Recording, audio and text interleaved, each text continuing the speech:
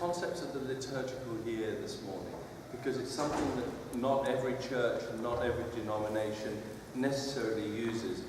I'm still aware of churches where a sermon series is chosen by a pastor just because he wants to do a series on Galatians or a series on the Psalms or something like that. And what I have the great privilege of working in a very liturgical church. The Episcopal Church is a very liturgical church.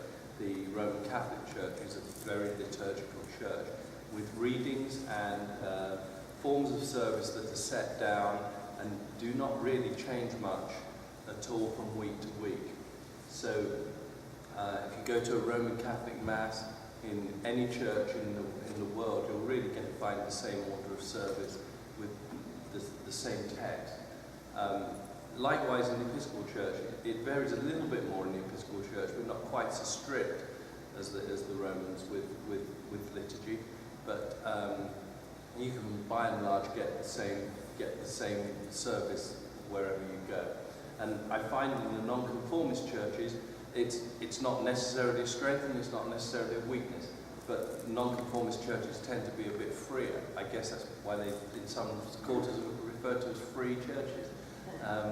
They do not adhere. We're very good at the two major feasts in the year, aren't we? We have Christmas and we have Easter. But there are so many other little bits of colour in between that even if our clergy are not aware of the differences, or they probably are aware, but even if they don't use the church year as such, then I think it's useful as a guide for us as musicians to be able to go to some of these resources and to be able to use what's there. Now, I thought very briefly I'd run through the church year so that we have an idea of where it is, and then I would talk about some of the music and perhaps some of the other things that are involved, because some of the ceremonies, some of the ancient ceremonies, particularly in Holy Week, can be really nicely adapted into any form of service, I think, and give us a bit of colour. And the great thing is that the church year is such an ancient tradition, such an ancient heritage. It's not something that's newfangled. It's something, and if we go into the plainsong of the church in the late medieval period, then it's very clearly laid down, and even in modern plainsong manuals like the Graduale or the Libus Dualis, it's laid down exactly what Sunday certain chants are to be sung, and they go through all 52 Sundays of the year. I was thinking of J.S. Bach. J.S. Bach, when he wrote his over 200, nearly 300 cantatas, was writing for a liturgical church. He was writing for precept biblical texts that were set, and he would write for each Sunday. And he wrote nearly 3 years' worth of cantatas, one to be performed each Sunday. That's a lot of music. I said the other day to someone that I always have this wonderful vision of Bach on a Wednesday night, thinking, I've not finished the cantata for Sunday, what am I going to do? And either quickly scribbling over, or as he did on occasion, going to an earlier piece and borrowing a movement that he'd already written. There are some movements which appear in more than one of those cantatas. And I like to think he was an extremely practical musician. Anyway, let me briefly go through the church year and tell you some of the things that I've experienced at certain points in the service. Again, some of this may be not news to you. Some of it may be things you can do, and you may have ideas that I would like to benefit from as well. The first Sunday of the church year is Advent. Okay? For the church, New Year's Day is the first Sunday of Advent. And Advent is a season that used to be a penitential season. It used to be a season when things were quiet, generally much more a little bit more miserable, a little bit more stay. Again, where I work, it's very much tradition that we do not do any Christmas carols until Christmas Eve. Obviously, if there's a carol service or something. When I worked in cathedral music in England, because the cathedrals are such a big civic resource, I was quite often having to play for 20 or 25 carol services in December before Christmas Eve, because the bank, the local bank would want a carol service, all the schools would want their own carol service, and by the time Christmas Eve came out, I was Christmased out.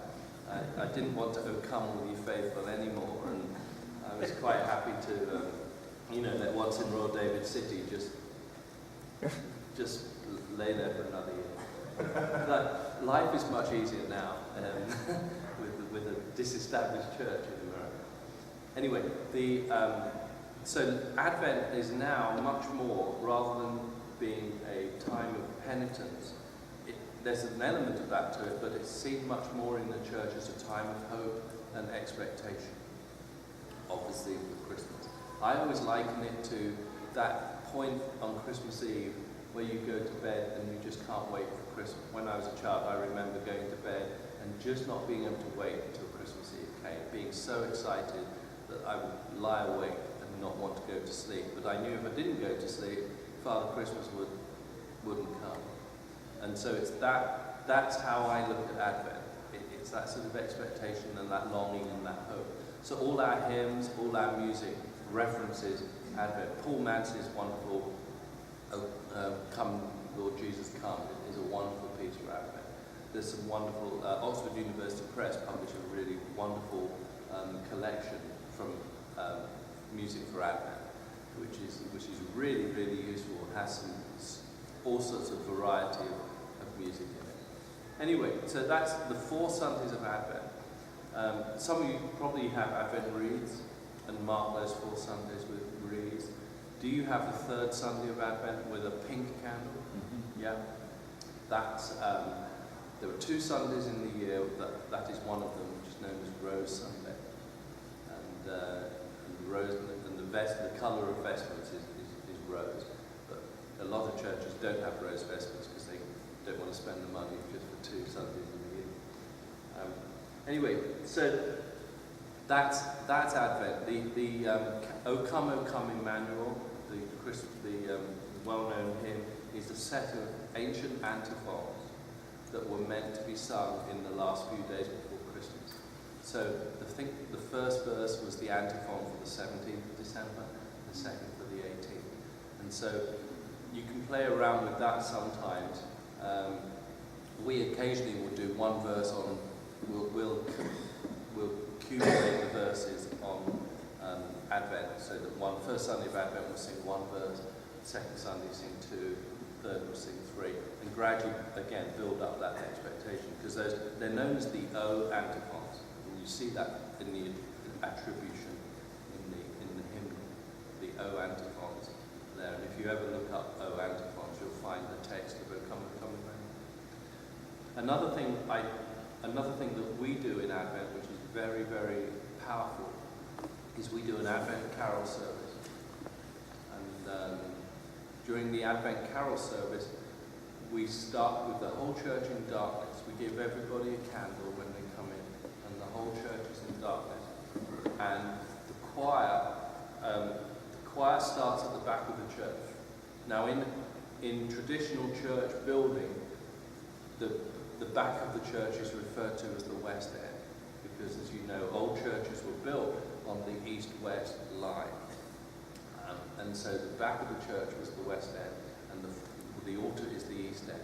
So the idea being, symbolically, that you look east. People look east, the time is near. You know that you're looking up. The sun rises in the east, so you're looking at the sun coming up. it's very, very powerful and wonderful symbolism.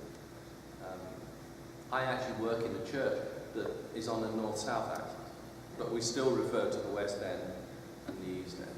And I still know what the South Transept is, and I still know what the North Transept is. I know my directions thanks to church building.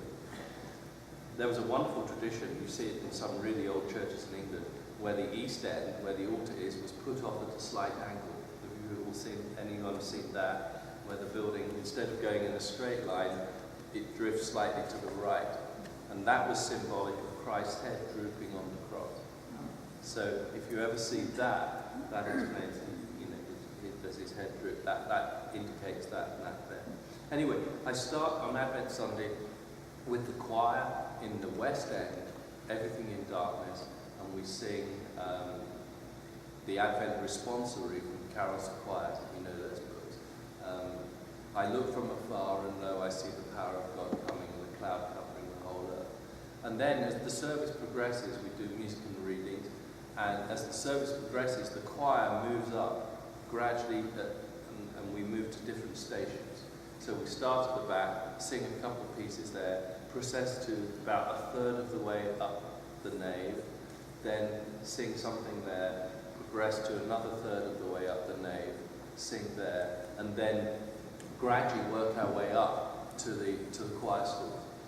And when we get to the choir stalls, we sing. I always have them singing a canticle called the Benedictus, which was Zechariah's hymn of praise. Blessed be the Lord God of Israel, for he has visited and redeemed his people and have laid up a mighty salvation for us.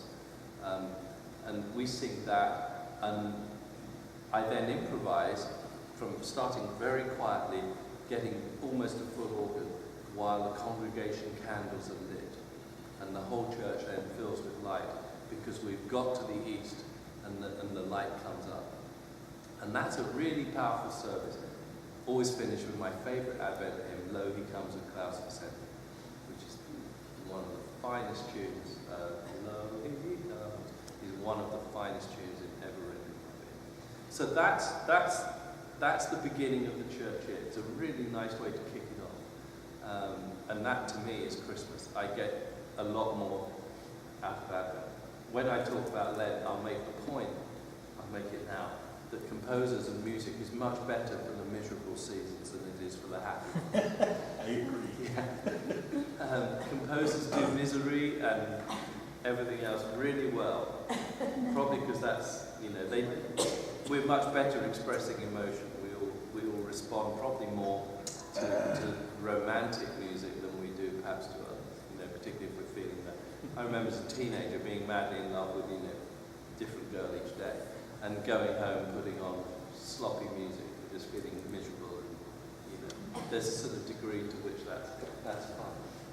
Anyway, Advent is followed by Christmas clearly, and we all know about Christmas. We don't need any introduction to Christmas, and we all know every church has its traditions. Every church has pieces of music that I have a couple of pieces which if I don't put down, I know is going to be pain and grief for the following year. So we all have Christmas, and that's not ever an issue.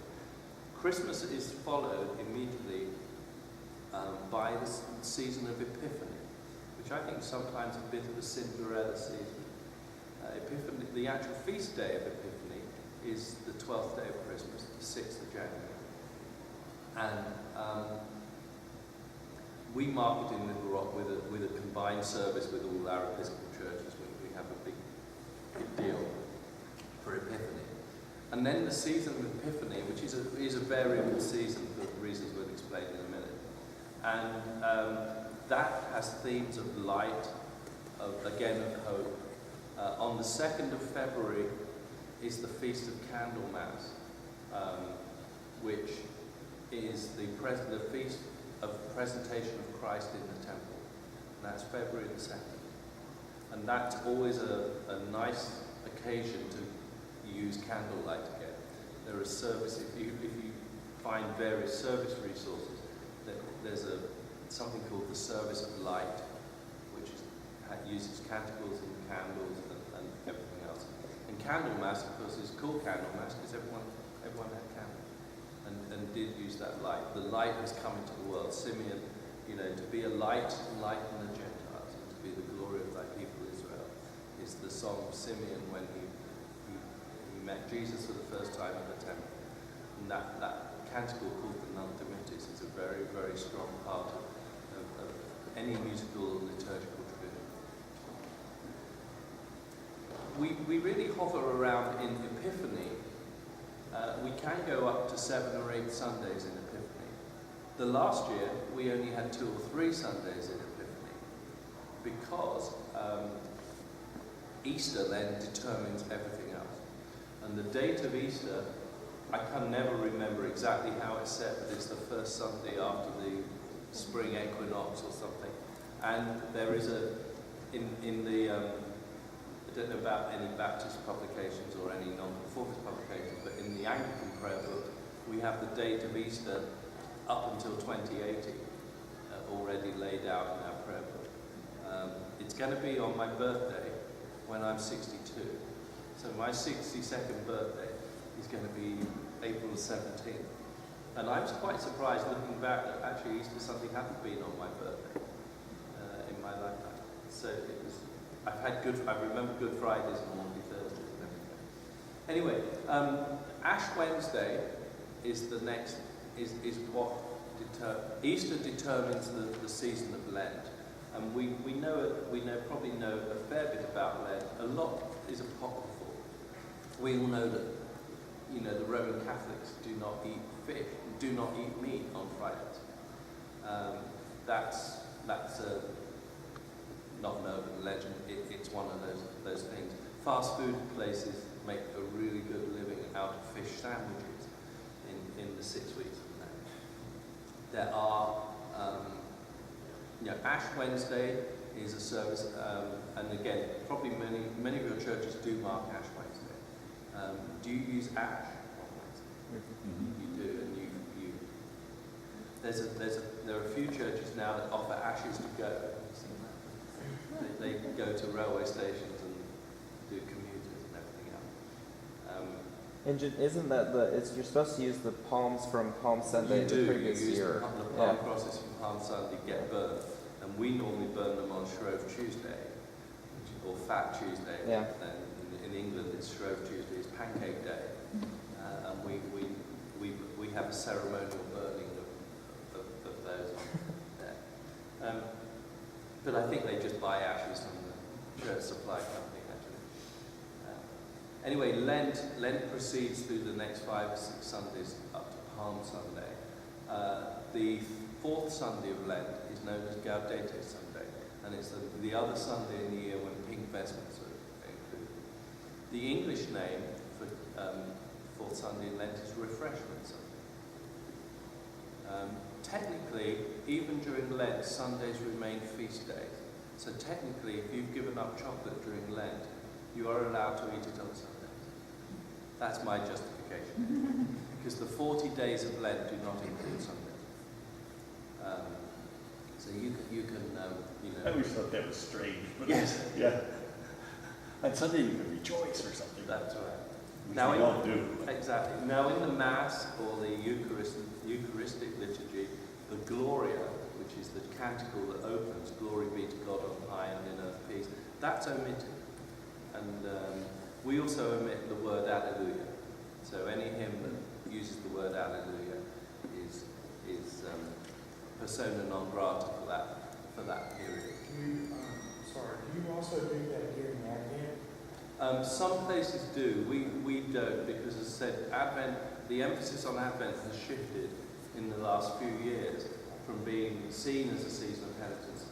The vestment, the liturgical colours were, I remember purple, the colour of penitence, and Lent being used in Advent. And now I think blue tends to be much more the Advent colour. Our pastor, he just retired, but our pastor each year for the children's sermon used to have a great big sign with Alleluia on it, and he had a box. And for the children's sermon, he put the Alleluia in the box and put it in the back of the altar. Nice. And told them that we could bring it back out on Easter Sunday. It was really good. Well, the Gloria is that's always the moment I know Easter has arrived is when I play the Gloria for Yeah. the first time that weekend. As I say, in England, Refreshment Sunday was always the day in which the servants in the house were allowed to go home and visit their mothers. And they often took with them something called a simnel cake, which was a fruit cake with a pink icing and with 12 little nuts in icing on the top to represent the 12 apostles. That's a simnel cake. And we have someone at church who every year brings me a simnel. Refreshment Sunday in Britain is the British Mother's Day. And that's where I think Mother's Day came from. So my mother never gets a card now from me. I have to, unless I've thought the previous May, to get one for the coming March. So British Mother's Day is always the fourth Sunday in Lent. Anyway, and then we hit Holy Week, and I do want to say a little bit about Holy Week, because there are some ceremonies which we do, which I'm not sure are terribly well known. This year, Palm Sunday is, we all have our, we all can do our thing on Palm Sunday. That's a nice, easy one in terms of liturgical planning. I don't know if any of you are in churches that use real donkeys. I know there are churches that really use real donkeys. Anyway, there is the service on Palm Sunday is liturgically is a real contrast. We start with great joy, and certainly in the Episcopal Roman Catholic tradition, it starts with great joy, the welcoming of Christ into Jerusalem, everyone waving their palms, all glory, Lord, and honour, big joy and fun. We have children walking down the aisle with banners that they've designed, and we make a big thing of it. We meet outside in our courtyard, and we process into the church. Then in the Episcopal tradition, the entire Gospel passage, we don't have a regular Gospel reading as such, which we normally do. We just read the entire Passion story. It takes a long time. We read it in parts, having members of the congregation be Peter, or members of the congregation be the priest, everything else. It takes a long time. Then there's a very short sermon. And then at that point, the service becomes a little bit more solemn, considerably more solemn. My favourite anthem for Palm Sunday is the Stainer, God So Loved the World. There is also a wonderful setting of that text by Bob Chilcott, which, if you don't know that setting, is well worth looking for. I think he wrote it for Lovers Lane Methodist Church in Dallas, and it's really, really fine. And again, Oxford University Press published a collection of music called Lent to Easter, and it's 50 pieces, and it's really, really useful. There's a wonderful arrangement in there of Were You There When They Crucified My Lord, also by Bob Chilcott. There's a wonderful piece by Richard Shepherd, who's a well-known British composer in England. If You Love Me, Keep My Commandments. The service I resurrected this year was the service of Tenebrae. Has anyone heard of that? Tenebrae? Yes. It's a wonderful service. It's the opposite of the Advent service. It's a service in which we use a lot of plainsong, a lot of psalmody, and some really nice readings from people like Augustine. And during that service, you have a big candelabra, it's called a hearse, which is where our term hearse comes. It's called a hearse. 14 candles in I guess two menorahs. So it comes up into a triangle.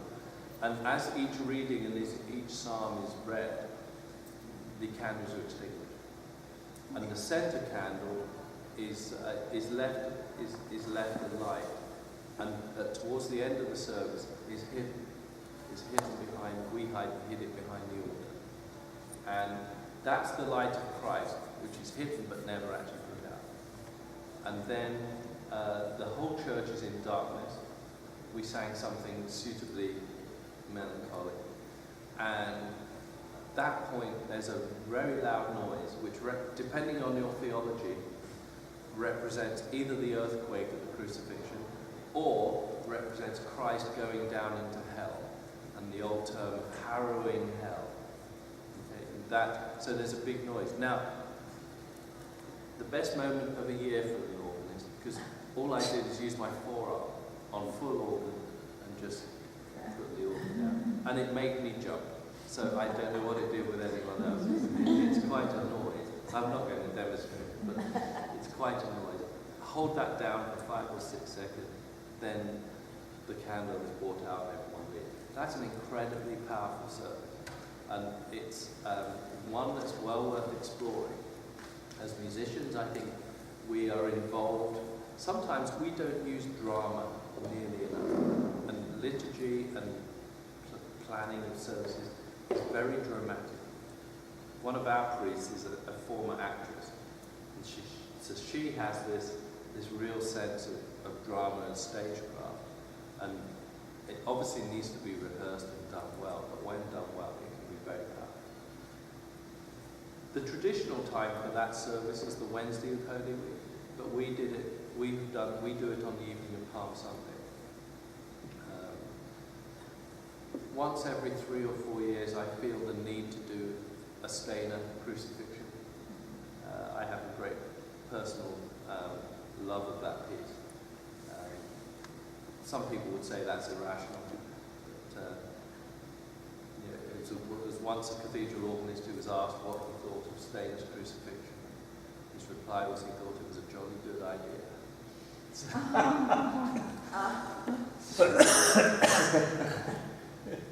Anyway, on Maundy Thursday, which is the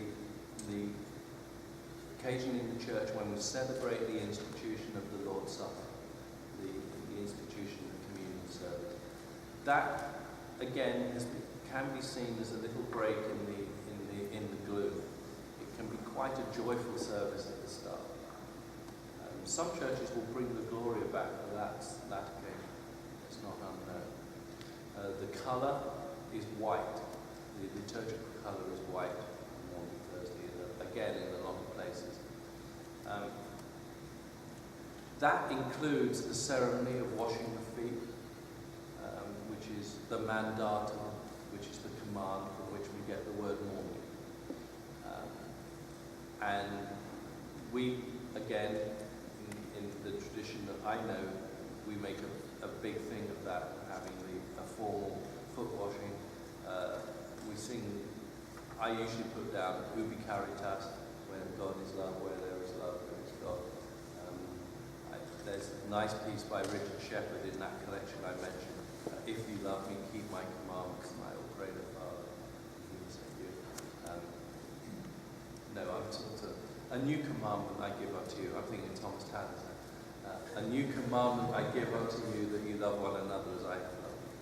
And at the end of Maundy Thursday, we have what is called the stripping of the altar. And we completely denuded the church of any furnishing and everything. So on Good Friday it's bare. Any cloth, any cross, any decoration is removed. And while it's being removed, we sing the first 22 verses of Psalm 22,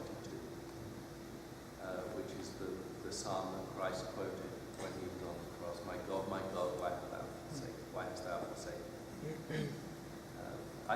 I like to do it to plainsong, but it can be done.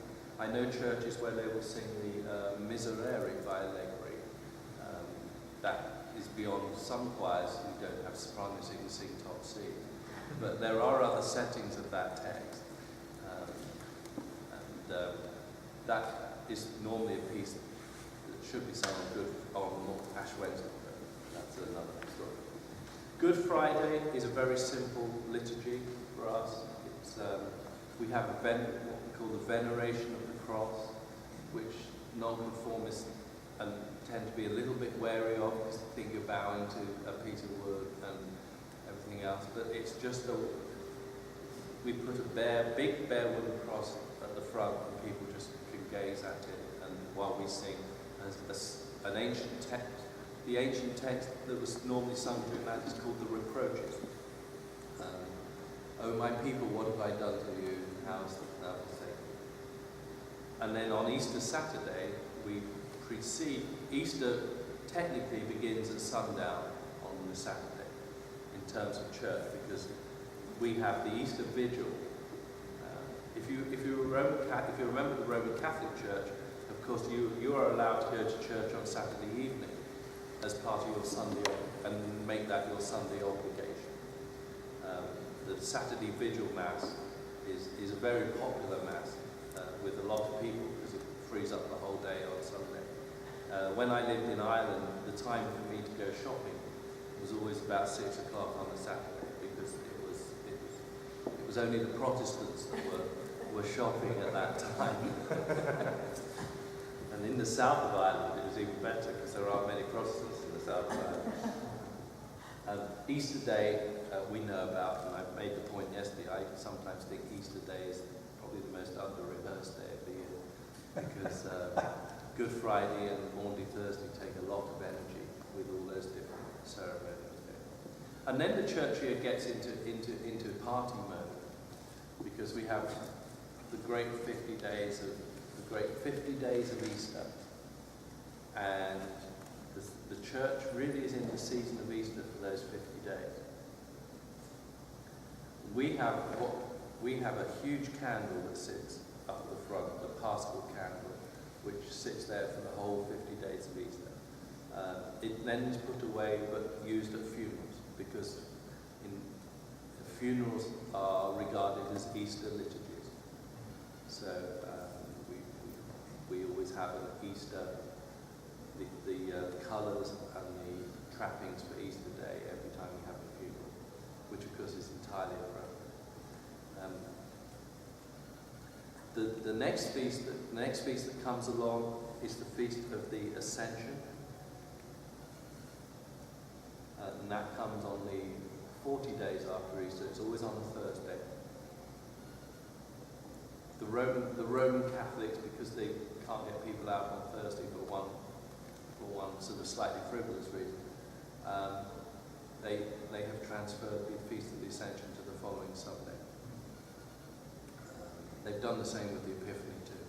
So the Epiphany is often on a Sunday.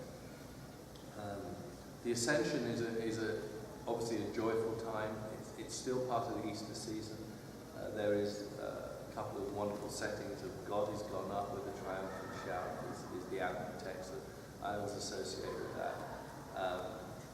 But anything that's praise, majesty, Christ the King, crown him with many crowns is a great hymn. The Sunday after Ascension often is the occasion when we will use a lot of the Ascension music, because we let people know what they missed two days before. Then comes the great feast of Pentecost, and I don't think that needs any introduction. We did something I hadn't seen.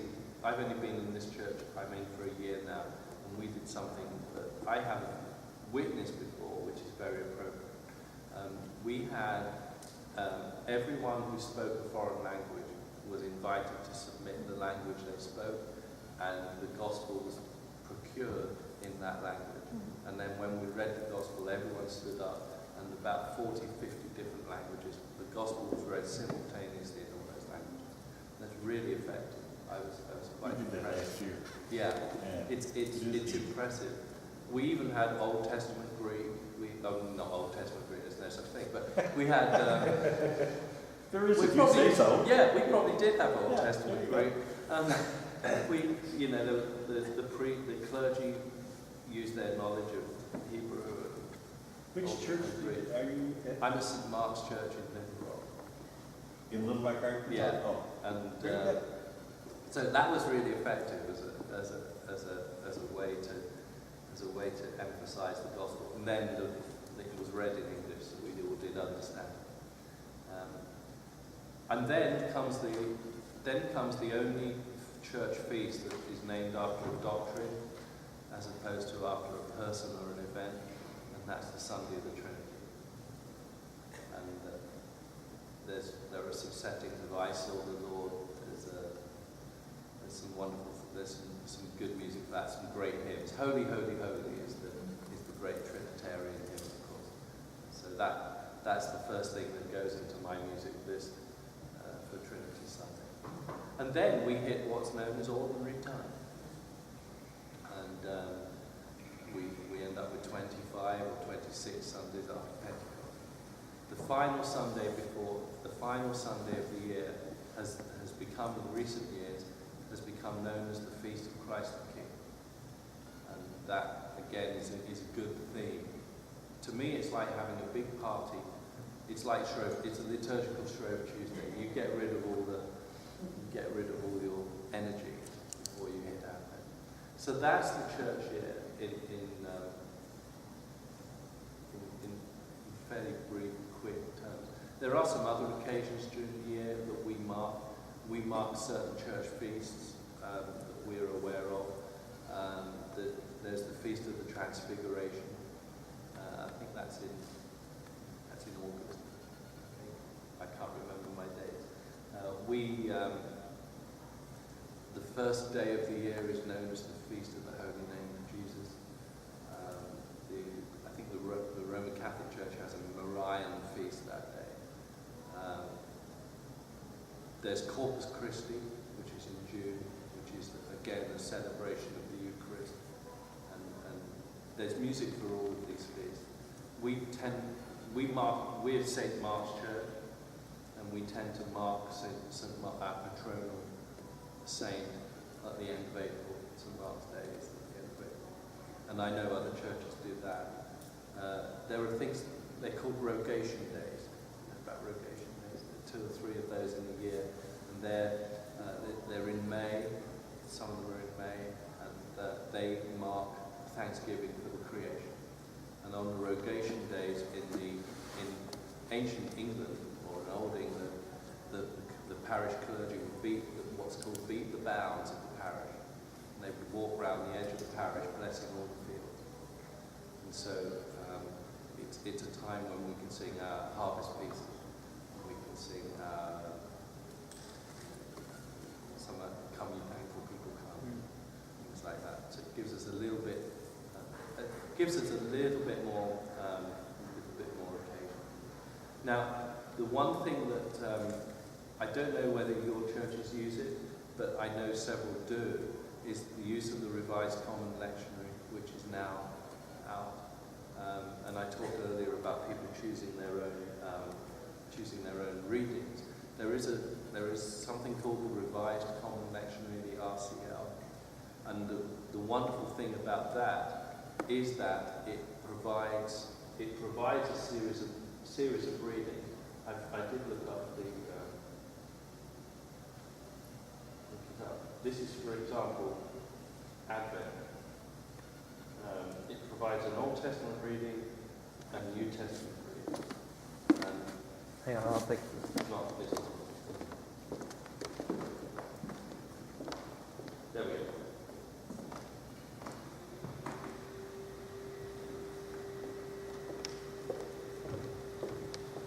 I think this is the non-conformist version of the Revised Common Lectionary. We have, there is an Anglican version or Episcopal version, and there's a Roman Catholic version as well. But the wonderful thing about the Revised Common Lectionary is that all the churches that are using it, you know what their Bible reading was at church. So, my wife is a Roman Catholic, and I occasionally go to Mass with her. If I haven't, I know what she's been thinking about that day, because it's the same as we've been thinking. And the readings are identical, and they're very thematic. They give a certain degree of flexibility as well, and that's well worth looking out, because that certainly in terms of service planning, that makes things really, really convenient, because I can plan my music ahead a year. I try to produce a music list for a year, because I know what the biblical text is going to be. And you can work out, if you read all of those lessons, it's quite fun, it's quite good sometimes as a discipline, to work out what the compilers were thinking. Why did they put Isaiah 64 together with 1 Corinthians 1, the 1 Corinthians 1? And you go through and you think, well, if I can see that, if I'm really stuck, I go and ask my clergy, and they tell me what they probably will talk about. that's a really good, and you see it gives you proclamation, gives you something to think about. So that may be something you, if you don't use that, you may put a flea in your pastor's ear about the Revised Common Lectionary. I really think it's wonderful. Now, obviously, with organ music, as organists and as musicians, the church seasons give us real opportunities. By the way, this is a book that we've been using at St. Mark's to discuss the church year in recent years. And I found this quite useful. It's pretty practical. This one is designed with the Episcopal Church in mind, but you will find, I'm sure, lots of other books planning the church year. It gives the reasons for some of the ancient ceremonies. Epiphany, for example, it points out that there are certain Sundays in the year where baptisms are more appropriate than others.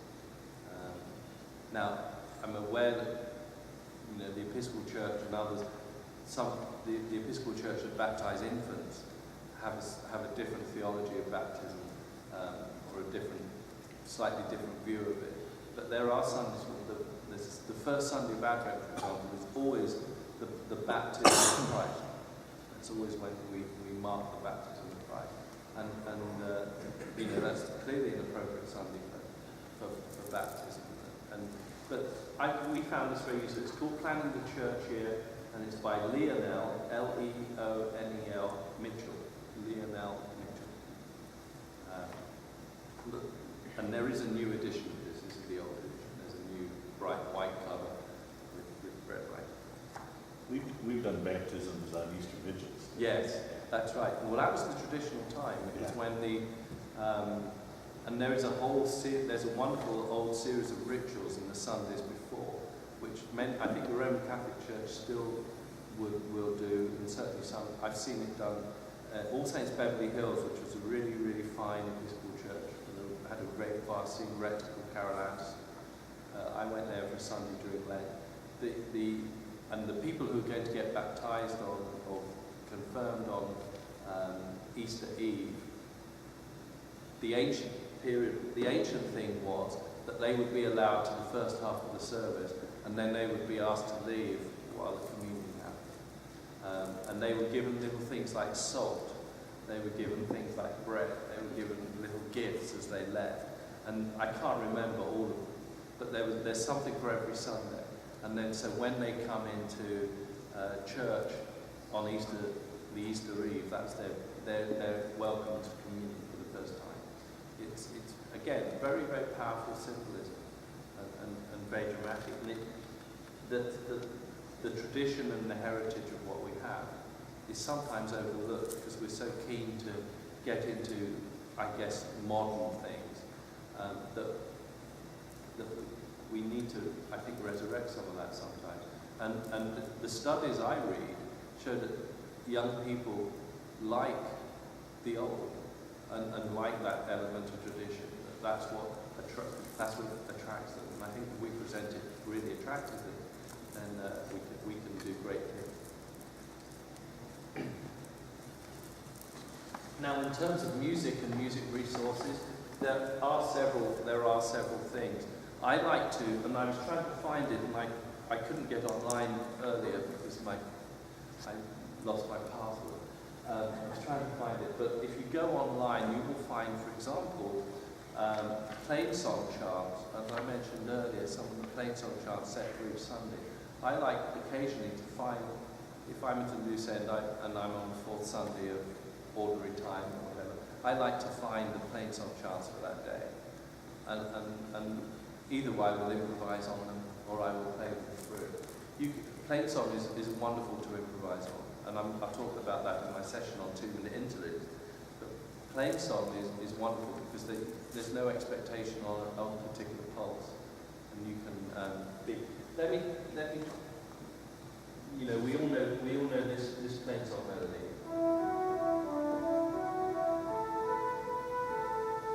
The Pentecost.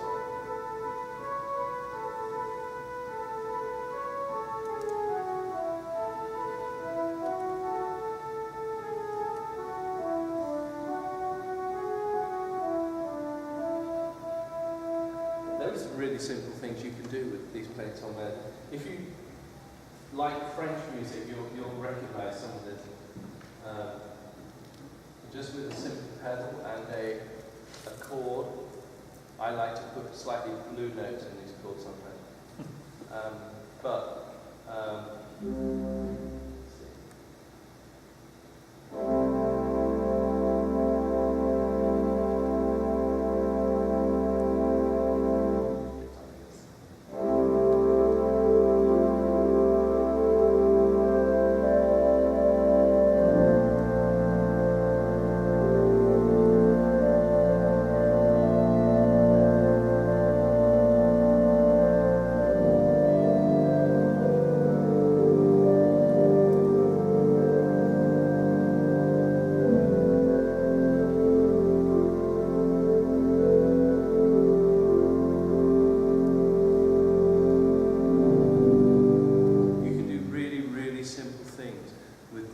Melodies, and if you look at particularly the French, you will just put a simple chord down and hold it. That's a very easy technique to do. Plainsong allows you to do that because there's no expectation on pulse, and you can be a little freer.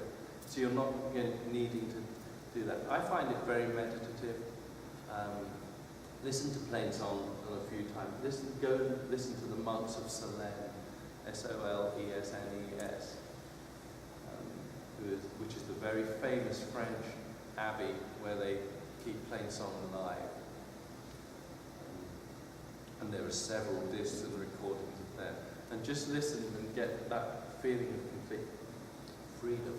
And you can do wonderful things just by taking the plainsong chants. Your congregation won't necessarily know what you're doing, but but they will if you perhaps tell them, if you put in your bulletin or something like that.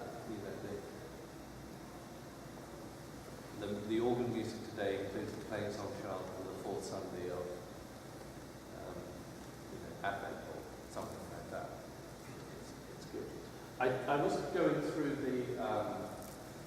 going through the music store, and there are some various things that say there for the church here. And there was one which just talked about hope and didn't actually refer to the church here as I just referred to it. But there is one publication there which represents a collection, I'm sure. It's called a Gregorian Liturgical Year, just exactly what I was talking about. Gerald Neer. They've only got volume 2 there, but it gives you music for each Sunday of the year.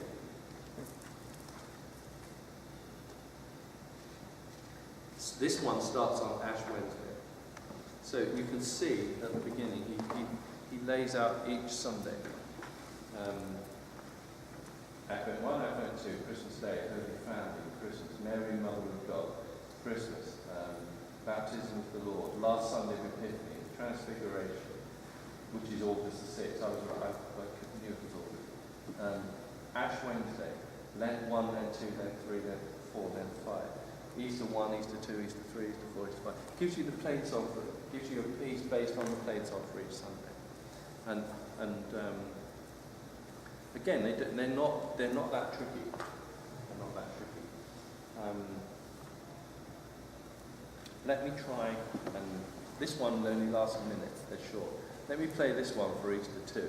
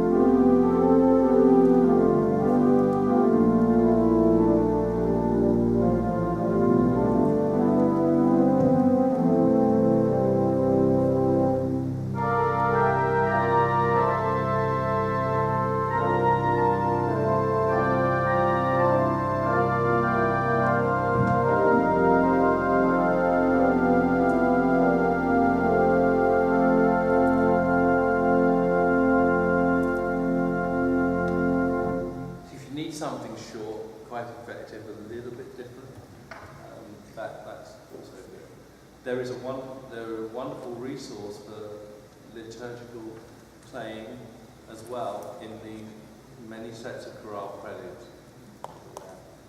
And there are certain editions, there are certain collections of chorales. If you're not very good at German, which I'm not, then there are several, obviously, translations of the titles, and there are editions of collections of Bach chorales and other German chorales particularly, which are organised according to their point in the church year.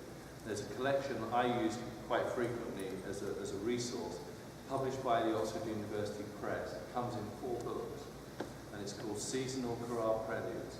Volume 1 is Advent, Christmas, Lent, Epiphany, and has 3 or 4 pieces for each of those seasons. Volume 1 is for manuals only, Volume 2 is manuals and pedals. So there's a really useful collection. The next 2 books obviously take Easter, Ascension, Trinity, and they that category they call general. But that's really, really useful resource for knowing which chorale preludes fit the liturgy. And as I said, Bach and the German church, the church, the form of the Lutheran church that Bach worked in was in very liturgical. Luther, I don't think Luther ever really thought he was becoming a Protestant. Luther was trying to reform the church from within. He didn't try to start a new church. He had no intentions. He had no intentions. Same with Henry VIII, actually. Henry VIII thought he was a Catholic king for the rest of his life. And the Lutheran service is virtually identical to the Roman Mass. It is identical. I would say if you want to know what the Roman Mass looked like in the 14th and 15th century, you look at either the Church of England or the Cranmer's Prayer Book from 1549, which was a translation of that service, with perhaps 1 or 2 bits of tinkering, or else you look at the Lutheran service, which is, again, putting it into the vernacular, which was one of the big changes in that period.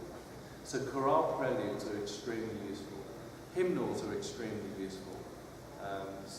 Many hymnals are arranged. I don't know about you, in my office I have about 4 shelves of hymnals. I have every single denomination. I have Baptist hymnals stretching back for a long, long time. I have quite a collection of hymnals. You can get I was trying to locate the site, but plainsong is a tricky one to get because the notation for plainsong is often on those neumes, those 4 lines with the weird shaped notes, and it's difficult to read. You can learn to read it, but I was lucky enough to sing it as a boy, and so we got used to seeing and following, knowing the signs. But there are several people who've written out in modern notation. And again, they've organised it. The ancient collection is, as I said, the Graduale, or the Liber Usualis. They're the 2 big collections which you will find useful. So that's really how I approach the church year. I find it an incredibly useful thing. I think it's something that many churches don't actually make full use of. And there are huge opportunities in it, not only for dramatic liturgy, but for really creative use of music and educating people. I like the fact that it's a yearly cycle, so that every year I like a degree of predictability in my life. I have a 4-year-old, so I have my unpredictability with my 4-year-old. But I like church to be a little bit predictable. What I do find is that every year I manage to find something different about every season. So one year my focus is drawn to a different aspect, say, of Holy Week, or a different aspect of Christmas. One year I may think more about the shepherds, and Monday night may think more about wise men. And my head starts inventing all sorts of theology and about all that. But I do find that, you know, it's not simple repetition. And you know, I know people who don't know that tradition sometimes, I think, recoil from having exactly the same words said every week, or just, you know, just knowing exactly what's happening. But there can be a great benefit in that repetition. You know, one of the tricks I was always taught when I wasn't taught, but one of the things I've always been told is to say what's called the Jesus prayer, and just to repeat it if I'm feeling bad or miserable. Have mercy on me. Jesus, have mercy on me, I'm miserable, or not miserable, but have mercy on me, a sinner. And that's, just say that over and over again. And it's the repetition that actually creates a rhythm. And that rhythm creates its own dynamic. So rather than just sit there and be completely free in your thoughts, the Roman Catholic Church uses the Rosary for the same purpose. That's a repetitive, rhythmic prayer. And there are different forms of the Rosary. Get a set of Rosary beads, and you can find different sets of the Rosary prayer that are just use the Lord's Prayer and use different forms of prayer that, you know, you may find more to your taste. There are Anglican rosaries, there are Presbyterian rosaries, there are all sorts of things. It's all that sort of thing, and it all relates to this sense of the church year as rhythm and how we use music within it. So there we go. There's our church year. Thank you very much. Thank you.